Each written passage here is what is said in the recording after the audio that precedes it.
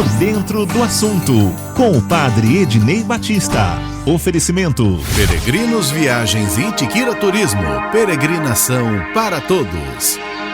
Para esclarecer as suas questões e dúvidas em relação à Igreja Católica Apostólica Romana, a mensagem apresenta Por Dentro do Assunto, com o Padre Ednei Batista. Começa a partir desse momento aqui pela Rádio Mensagem e também pela Web Rádio Pés de Cristo da Paróquia Espírito Santo, mais uma edição do Por Dentro do Assunto, no oferecimento de Peregrinos Viagens e Itiquira Turismo, peregrinação para todos, com produção de Donizete Eugênio, auxílios técnicos de Antônio Márcio Buim, apresentação deste seu amigo Carlos Sena e também do amigo Padre Ednei Batista. Padre, bom dia, sua bênção. Bom dia. Deus o abençoe, bom dia para os nossos ouvintes, que Deus abençoe a todos. E é uma alegria começar um novo mês, né? Continuando aqui o nosso Por Dentro do Assunto. Em loco. Agora em loco, graças a Deus. Ficamos felizes, Padre. E acredito também que o povo de Deus em casa também. Eu acredito que sim, né? Nós pudemos manter o programa nesse período, não com a qualidade que era desejada, mas pelo menos mantivemos. E agora vamos retomando com a qualidade de pouquinho em pouquinho chegando que lá, o nosso povo merece. Graças a Deus, Padre. O povo de Deus continua sedento do saber, de aprender, de tirar dúvidas. E a gente vai liberar já pelo 3954-3010 e o 3011. E claro, pelo WhatsApp 97411-0125. Manda sua pergunta em texto, não em áudio. E respeitaremos caso você não queira se identificar. Mas manda lá no 97411-0125, hashtag assunto e lasca sua pergunta. Padre Ednei, qual a reflexão? Vamos lá. Eu quero pegar ainda a esteira da celebração do final de semana passada, São Pedro e São Paulo, que é também o dia em que nós celebramos a figura e a missão do Papa. Certamente já falamos disso em alguma outra vez, mas como diz uma expressão de uma música, né? A lição sabemos de cor, só nos resta aprender. Então tem coisa que nós já ouvimos várias vezes e isso não quer dizer que nós já saibamos, já tenhamos entendido aquilo. Então ouvir de novo não é problema, até porque esse é o jeito do ser humano aprender as coisas. E as verdades mais profundas, para que elas possam de fato calar em nós, precisam ser ouvidas de novo. Então o Papa, né? Quem é o Papa? Nós dizemos que ele é o sucessor de Pedro. E por que Pedro? Porque, segundo as Sagradas Escrituras, Pedro teve uma preeminência sobre os outros apóstolos. Não no sentido de que fosse mais inteligente, no sentido de que fosse mais santo, mas no sentido de que foi escolhido pelo próprio Cristo para ser o líder dos apóstolos, para ser o coordenador daquele grupo. E isso aparece muito claramente nos textos da Sagrada Escritura, quando mostram sempre o nome de Pedro, geralmente, 99,9% dos casos, né, o primeiro da lista. Então, ele é, entre os iguais, o primeiro. Depois, há várias coisas que são referidas à figura e à missão de Pedro, o que faz pensar que ele gozava de uma autoridade, não humana, mas dada por Cristo a ele. Ele faz algumas experiências muito particulares com Jesus, né? É ele que está lá na transfiguração, é ele que está com Jesus, junto com João e Tiago também, na agonia de Jesus, né? Depois ele precede o grupo dos apóstolos em Jerusalém. Por diversas vezes as pessoas procuram a Pedro. É ele quem toma a palavra em nome dos outros. É ele quem dá as respostas mais verdadeiras de fé, quando Jesus faz algumas perguntas importantes. Então, toda a Sagrada Escritura, no Novo Testamento, deixa claro para nós que Pedro tinha, sim, uma relevância sobre os outros apóstolos e na igreja primitiva, que foi dada pelo próprio Jesus. Então, ele foi o primeiro Papa, não nos moldes que o papado tem hoje, evidentemente que houve uma evolução, né, que houve uma compreensão diferente do papado e que foi se adequando também às condições históricas, sociais, políticas do mundo, à medida que foi havendo essa evolução. O Papa também, a figura e a missão do Papa foi sofrendo evolução. Em algumas coisas melhorou muito, né? Nós sabemos que houve uma época em que os papas eram tratados como verdadeiros reis, né? Príncipes. A preocupação era muito mais política e social do que religiosa. Graças a Deus, nos últimos tempos, os papas têm se mostrado como verdadeiros pastores, líderes religiosos, embora também tenham uma personalidade jurídica, política, mas a prioridade é a personalidade, a missão apostólica, né, de animadores, de incentivadores, de defensores da verdade, de coordenadores da comunidade do rebanho de Cristo. Então isso é muito bonito, ver essa evolução para melhor, né? Já superamos bastante coisa dolorosa, difícil do passado. Mas então o papado ele sofreu essa evolução, mas a raiz do papado é aquilo que está na Sagrada Escritura, né? Infelizmente há alguns que não entendem e não aceitam. Depois, uma outra coisa importante de se dizer é que o papado, mesmo com a evolução que sofreu no tempo, mantém os elementos essenciais. Então o Papa ele é o sucessor de Pedro, que preside toda a igreja, né? Mas ele é muito mais um testemunho, um discípulo do que alguém que está acima. Ele não vamos dizer assim, o vigário de Cristo, ele não faz as vezes de Cristo, porque Cristo está presente na igreja, mas ele é o sucessor de Pedro, é aquele que humanamente coordena todo o trabalho, toda a caminhada da igreja, é um sinal de unidade, um sinal de comunhão, é um grande incentivador da fé, da caridade, da esperança, né? E a gente olha para o Papa Francisco, que é o atual sucessor de Pedro, e vê nele um homem simples, um homem livre, mas também um homem comprometido, sério, responsável. É uma pena que, por uma visão deturpada, muitas pessoas julguem o Papa Francisco de maneira equivocada, né? Mas ele é o sucessor legítimo de Pedro e ele mantém na sua missão aqueles elementos essenciais de Pedro e queridos por Cristo para esta função, para esta missão, e ele é também a autoridade papal constituída na igreja por inspiração do Espírito Santo. Ele não usurpou o poder, ele não se tornou papa porque ele o quis, mas ele foi eleito legitimamente pelos cardeais e certamente inspirados pelo Espírito Santo. Então, infelizmente, a gente tem que dizer, talvez ele não agrade a todos, mas a pergunta é, por quê? Mais do que contestar a autoridade do Papa, que de fato é sucessor de Pedro e, portanto, é querido por Cristo para a função que exerce, é de se perguntar por que algumas pessoas não aceitam a autoridade, o jeito do Papa Francisco. Não seria exatamente porque ele toca na ferida? Não seria exatamente porque ele aponta para aquelas coisas que não estão de acordo com a proposta do Evangelho?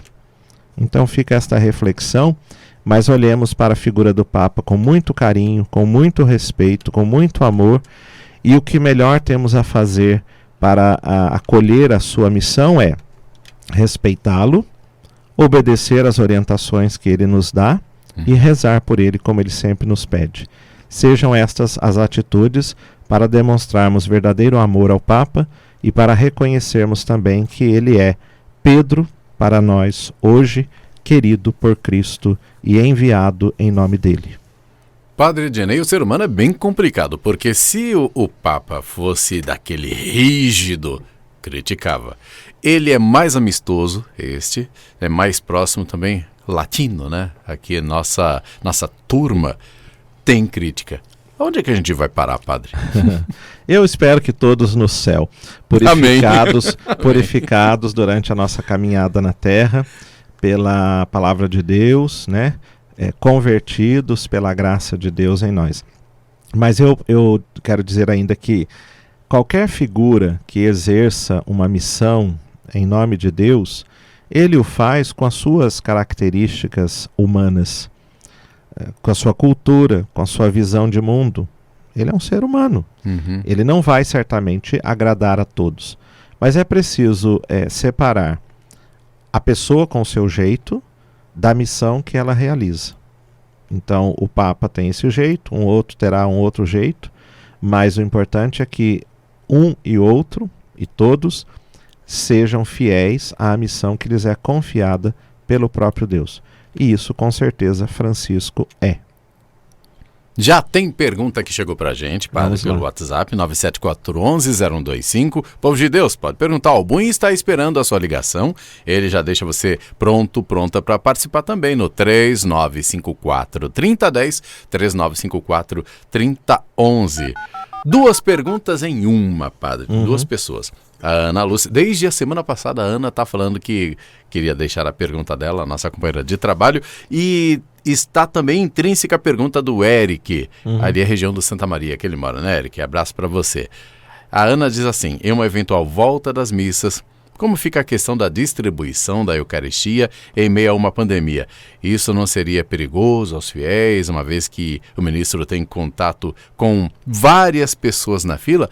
Como a diocese está enxergando isso, considerando que em algumas cidades próximas à nossa diocese, esse retorno já está acontecendo? E o Eric, junto com a esposa dele, falaram assim: quais as medidas serão tomadas, ou até mesmo recomendações, para as pessoas evitar as aglomerações nas missas? Certo. Então, na Diocese de São José dos Campos, nós ainda não decidimos, né, o bispo com o seu conselho, ainda não decidiu pela abertura ou a retomada das celebrações. De fato, as igrejas já estão abertas para a oração pessoal, né, que não vai todo mundo no mesmo horário, então já é um pouco mais fácil de organizar o espaço. Não, nem na Capela do Santíssimo. Também não, né? No dia 29, se não me engano, agora, de maio, quando o bispo fez o decreto permitindo esta abertura das igrejas para a oração pessoal, foi indicado que a Capela do Santíssimo ficasse fechada e que o sacrário, com a presença real de Jesus, fosse colocado no corpo da igreja, onde há mais espaço, né, e as pessoas não têm que ficar tão próximas. E que todas as normas de higienização, distanciamento, uso do álcool em gel, máscara, também fossem orientadas, né, e respeitadas. Então isso, graças a Deus, tem acontecido. E faz parte de um plano de uma retomada gradual, um plano diocesano de retomada gradual das atividades sacramentais e pastorais. Esse foi a primeira etapa desse plano, primeira fase. As próximas serão ainda elaboradas, exatamente porque não se chegou à conclusão que já é o momento. Ah, mas e as outras dioceses? Pois é, cada realidade é uma realidade. Né? Pode ser que nas outras dioceses a frequência, a participação não seja tão numerosa. Pode ser que lá as igrejas tenham muito mais espaço e condições para isso. Nós ainda não chegamos a essa conclusão aqui. Mas respondendo à pergunta que nos foi enviada. Quando formos tomarmos essa decisão, o bispo com seu conselho, certamente serão feitas também orientações de como respeitar as normas sanitárias, governamentais, para todos os cuidados que têm que ser tomados. E exatamente porque ainda não se sabe, ainda não se vê que é possível fazer isso sem prejuízo para as pessoas, é que não se tomou essa decisão. Então, quando for tomada a decisão, haverá orientações bem precisas quanto à distribuição da comunhão, o distanciamento, se houver uma redução no número de pessoas para participar da missa, o próprio tempo da missa, uso de microfones, a higienização dos assentos nas igrejas, entrada e saída dos fiéis, estacionamento, uso de banheiros. Tudo isso vai ter que ser pensado porque é um conjunto de elementos que influenciam nessa tomada de decisão e que não pode ser esquecida a questão mais importante, que é o bem, a saúde de todos, né? Inclusive o fato de que muitas pessoas que vão querer voltar a participar da igreja são pessoas dentro dos chamados grupos de risco, idosos, pessoas com alguma comorbidade. Tudo isso tem que ser pensado, né? E é muito difícil que você diga para uma pessoa que ela não pode ir na missa, que ela não vai entrar na igreja. É uma encrenca. Né? Há uma senhora idosa que chegue lá e você vai dizer, não, a senhora não pode entrar porque a senhora tem mais de 60 anos e Imagina, né? Não tem como fazer isso, né? Mas tem como controlar. Bom, no comércio até tem, mas na igreja vai ser muito complicado fazer isso. Então tudo isso torna-se mais difícil que a diocese já dê esse passo agora. Vamos caminhar mais um pouco, né? Lembrando sempre que a prudência é a mãe das virtudes. Então, quando houver mais segurança para dar esse passo, ele será dado com as devidas orientações.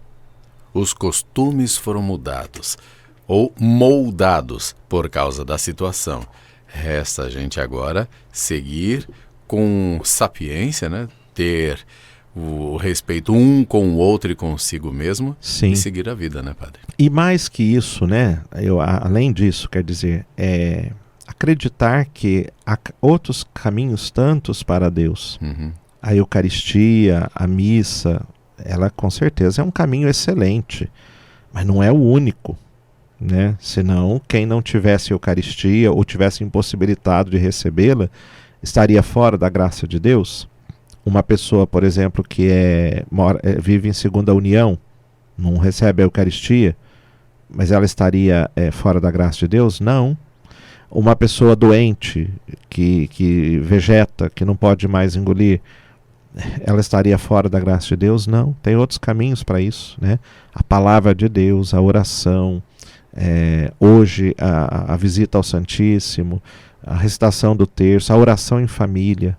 Nós já falamos aqui uma outra vez, né, que a pandemia trouxe sim grandes desafios e problemas, mas trouxe também oportunidades, que é preciso estar atentos para aproveitá-las, crescer com elas, descobrir possibilidades que nós não sabíamos que existem, inclusive para a nossa relação com Deus. Deus é amplo, né? Então a gente Nossa, pode... infinito. Não tem como. Infinito. Eric, Ana Lúcia, tá aí a resposta para vocês. Obrigado pela pergunta, viu? O Gustavo do Campos Alemães, ele quer saber o seguinte: se no caso eu tenho muita vontade de fazer teologia, mas para poder ter mais conhecimento e poder estar dando palestra em eventos de acampamento, de oração, ou eu teria que fazer teologia e também exercer a função de missionário para que eu possa fazer este trabalho nas igrejas e acampamentos? Pois tenho esta dúvida. Muito obrigado e desde já me agradeço. Deus os abençoe. Certo. Bom, pelo que eu entendi da pergunta, a pessoa está querendo saber se basta fazer o curso de teologia e automaticamente ela se torna um pregador, um palestrante, ou se mais que isso ela precisa ter um engajamento na comunidade, dentro de um movimento, de uma pastoral, né?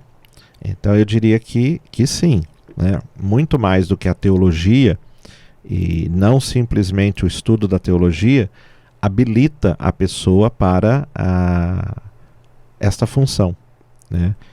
Pode ter um pregador que nem tenha feito teologia, mas se tem uma caminhada na comunidade, uma vivência de fé, um testemunho, isso é mais importante do que o estudo. Ao lado de tudo isso, o estudo é muito bom também. Mas só o estudo, porque, vamos comparar, né? Uma pessoa que faz uma faculdade para um curso profissionalizante, ela vai procurar um emprego, basta que ela apresente o seu diploma, mostre que ela está habilitada, que ela fez estágio, que ela tem experiência naquilo ali, e ela vai ser contratada, não importa muito a história pessoal dela. Agora, não é o caso, né? Para ser um pregador da palavra de Deus, para ser um evangelizador, um missionário, mais do que ter o estudo, a pessoa precisa ter vivência, né? Precisa de uma uma certa comprovação que aí é dada pela comunidade, pela igreja, pela autoridade da igreja.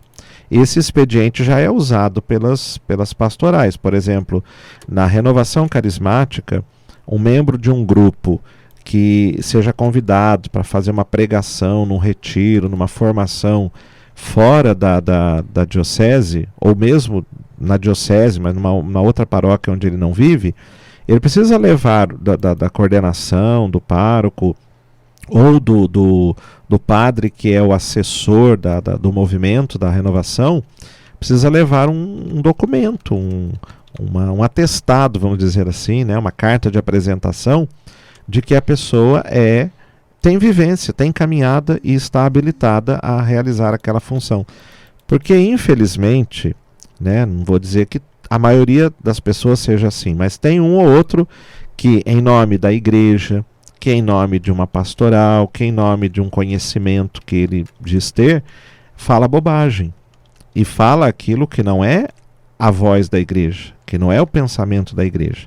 Então, não é só ter o conhecimento teológico, ou num caso que a pessoa tenha entendido a teologia à sua maneira, que habilita alguém a ser um pregador. Precisa ter uma caminhada em comum com a igreja, o que se dá na comunidade, uma comprovação por parte da autoridade da igreja de que aquela pessoa está habilitada, não só pelo conhecimento, mas pela vivência, a fazer pregação e dar formação.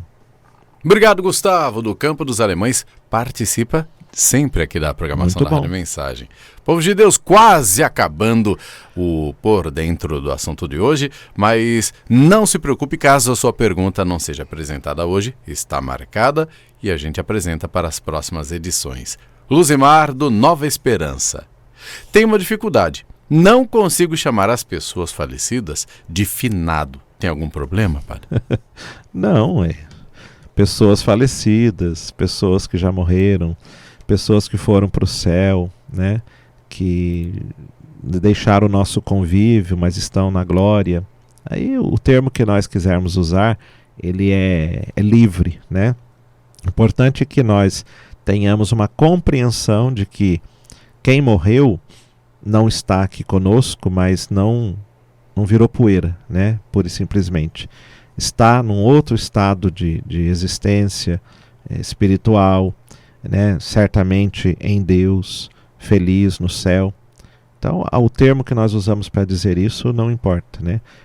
Importante é que a fé nos deixe claro qual é o destino que essas pessoas tiveram depois da morte. Isso que é bonito, e isso inclusive nós devemos demonstrar no nosso modo de viver, né? Ao falarmos dos nossos entes queridos, dos nossos amigos, não falarmos como se tivessem desaparecido, não. São pessoas que continuam em comunhão conosco, embora não estejam mais aqui ao nosso lado, mas na comunhão de fé, na comunhão que há em Cristo, porque a fé nos ensina que quem morreu está num outro estado, mas continua unido a nós. E muito mais ainda pelo amor que nos uniu aqui na história, né? E a gente continua unido mesmo depois da morte. Até atrelado a essa pergunta, padre, quando a gente fala de defunto, parece que é só ao corpo, não mais a pessoa com a alma. Não fica um pouco mais pesado, padre? Não. Então, a expressão defunto, né? Ela vem do latim defungere, que é um verbo que significa aqueles que terminaram, aqueles que acabaram a sua missão, o seu tempo, a sua responsabilidade, vamos dizer assim, né? Então, o defunto, ele é o particípio do verbo defungere, quer dizer aquele que acabou, né? O acabado. Mas não é um acabado no sentido de destruição, é aquele que não está mais aqui, terminou a sua jornada entre nós, né? Então não é uma palavra tão bonita, mas ela não diz respeito só ao corpo, embora às vezes a gente até use de forma depreciativa, né? O defunto estava lá, né? Ou quando uma pessoa tá caída, a gente fala assim, é um defunto, né? Então ali a gente está realmente depreciando a expressão e atribuindo só a parte física, mas o defunto é a pessoa toda, é aquele, aquela que terminou a sua jornada, o seu tempo, a sua missão, Entendi. a sua responsabilidade. Então podemos falar tranquilamente assim. Finado, defunto. Na igreja, no dia 2 de novembro, a celebração é chamada Comemoração dos Fiéis Defuntos. Lembrei disso. Né? Não fala a gente fala também dia de finados, mas o termo litúrgico é Comemoração dos Fiéis Defuntos. Lembrei disso. Luzimar, obrigado por sua pergunta. Chegando à última, é a Edna do Nova Jacareí. Ela falou: participo da missa na televisão. Meu marido perguntou para mim como que a igreja está fazendo sem a oferta. Eu fiz um cofrinho e tocou na minha oferta todos os dias, os domingos, e assisto a missa e ponho a oferta dentro do cofrinho, para depois, numa oportunidade, entregar lá na igreja. Sim. Posso continuar fazendo assim, padre? Pode. Então, essa é uma possibilidade, né? As paróquias têm se organizado para fazer também o recebimento das ofertas, do dízimo, para manter os seus compromissos, né? Os funcionários, as despesas que continuam tendo, a manutenção dos padres, a manutenção do seminário, pagamento de todas as despesas, água, luz, telefone, tudo que é usado na vida de uma paróquia. Né? Não é porque não está tendo missa que não precisa pagar as contas, né? e as pessoas. Então, graças a essa organização, as paróquias têm conseguido. Muitas pessoas que têm condições vão até a secretaria, entregam lá o dízimo ou a sua oferta. Uhum. Aquelas que não podem sair pela idade, pelas condições de saúde, tem paróquia que envia um agente da pastoral do dízimo para buscar na casa. Tem paróquia que tem até o motoboy que vai buscar também. Uhum. Então são vários modos de fazer o recolhimento, seja do dízimo, seja de ofertas. Mas se a pessoa tem dificuldade de fazer isso, então ela pode ir reservando lá a sua oferta no cofrinho e quando terminar a pandemia ela entrega na paróquia, numa celebração que ela for. Né? Até isso vai ter que ser feito bem cautelosamente, porque o contato com o dinheiro, depois outro vai ter contato, pode ser um meio transmissor da doença. Então vamos ter esse cuidado também quando chegar o momento. E tem gente que faz, quando tem possibilidade, a transferência bancária, o que também é possível conforme a organização de cada paróquia. Mas essa pessoa pode fazer esse caminho sim e no momento certo entregar. Colocou que é ofertas da quarentena. Seria aquelas que a pessoa ofertaria na missa, né, diretamente, não é exato. o dízimo. Pode ser sim. Diz que ela se enquadra na situação de como ela mora com uma pessoa, não é casada, né, desde que o marido faleceu. Agora ela já está com outra pessoa, já tem alguns anos, e bem aquilo que o senhor estava falando das pessoas em segunda união, de estarem também na graça de Deus de uma forma ou de outra. Claro. E é louvável esse gesto dessa pessoa, né? Porque mostra o quanto ela é comprometida. A fé, ela não é só a minha relação com Deus diretamente, ela é também a minha relação com os meus irmãos que fazem parte dessa família. Sim. Então, essa colaboração, seja pelo dízimo, seja pelas ofertas, ela é sinal desse compromisso. A manutenção das despesas de uma paróquia e de uma diocese, porque parte daquilo que entra na paróquia também vai para a diocese, para a formação do seminário, por exemplo, para a manutenção da cúria, dos serviços, dos padres idosos, doentes. Então, se a pessoa se esquecer disso, bom, agora eu não preciso ir na missa, eu não preciso dar oferta. Eu rezo pela televisão, não tenho despesa, mas como é que fica o compromisso comunitário, fraterno, né? Não podemos esquecer disso, não. Só reafirmando. Edna, obrigado, viu? Muito obrigado por sua pergunta.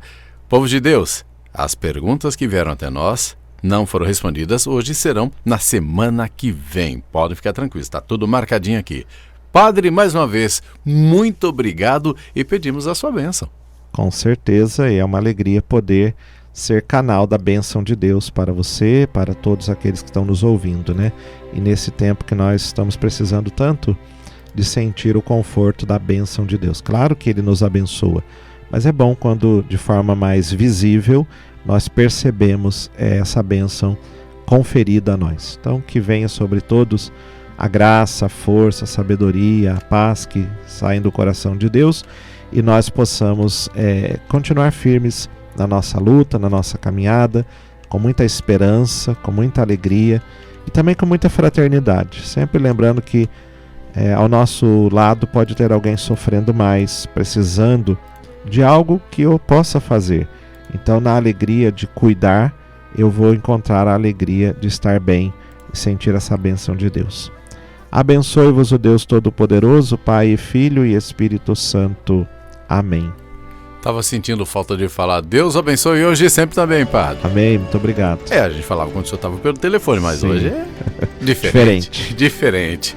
Povo de Deus, fica por aqui o Por Dentro do Assunto. Márcio Buim, obrigado pela retaguarda, Deus abençoe. Produção de Donizete Eugênio, apresentação de Carlos Sena e Padre Ednei Valdo Batista, no oferecimento de Peregrinos Viagens e Itiquira Turismo, peregrinação para todos. Ficamos por aqui. As outras edições estão lá no youtube.com/Rádio Mensagem para você poder acompanhar o que o Padre Ednei nos auxiliou também em outras edições do Por Dentro do Assunto. E essa já estará à sua disposição também. Você acompanhou na Mensagem Por Dentro do Assunto com o Padre Ednei Batista.